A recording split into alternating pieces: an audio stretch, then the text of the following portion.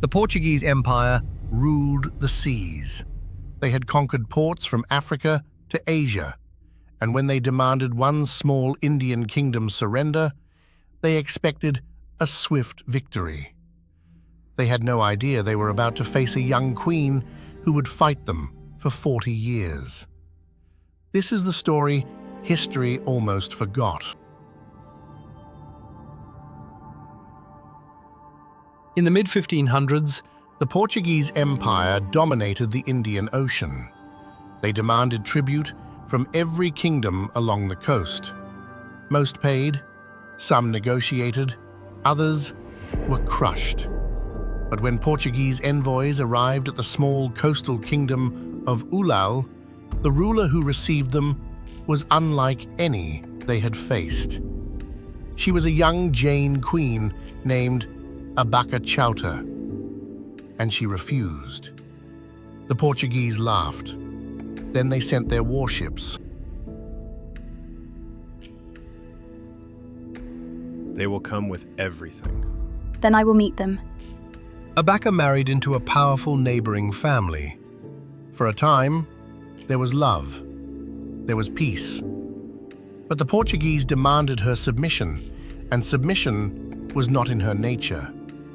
Her husband was caught between two worlds, his wife's resistance and the political factions that served the Portuguese. He warned her. He loved her. But he could not follow her into war. She chose her kingdom, and when the warships came, she stood alone.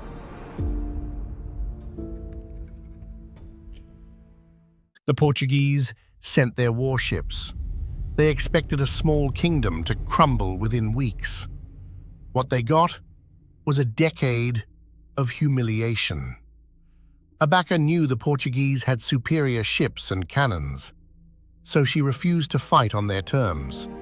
She used the monsoon winds, the shallow coastal waters, and the cover of night. Her forces moved like the tide, unpredictable, relentless.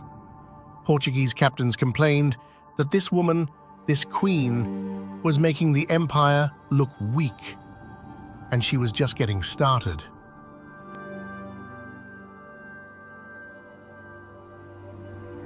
The Portuguese sent a larger fleet. They landed soldiers. They surrounded the fort. Abbakka's generals told her to negotiate. She refused. That night, under cover of darkness, she led a raid that set the Portuguese ships ablaze. The invaders retreated.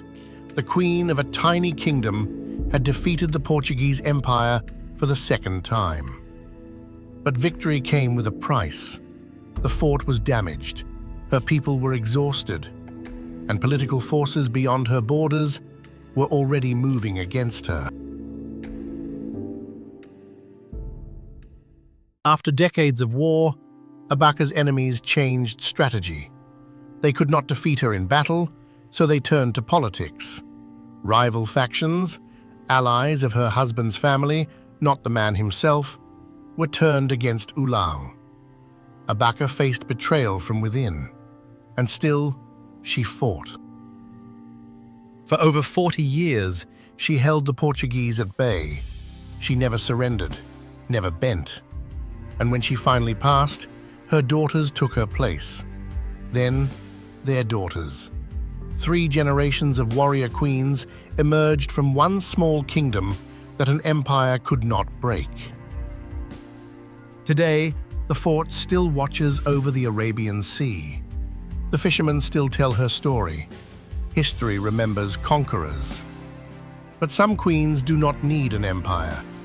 They only need to refuse. The war did not end in a single battle. It stretched across decades. Season after season, the Portuguese returned, with fresh commanders, larger fleets, and orders to end the woman of Ullal once and for all. And season after season, they failed. When the monsoon came, she used it.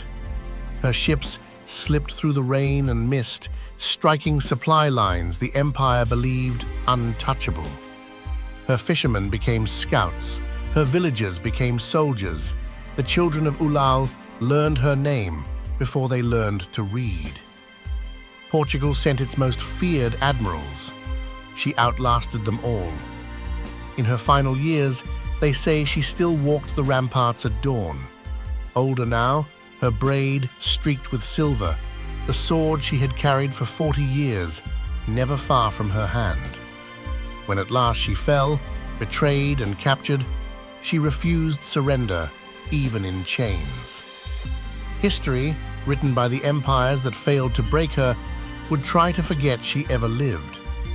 But along the Karnataka coast, in the songs of fishermen and the memory of small villages, her name endured. Rani Abbakka Chowta, the queen who fought an empire and never bowed.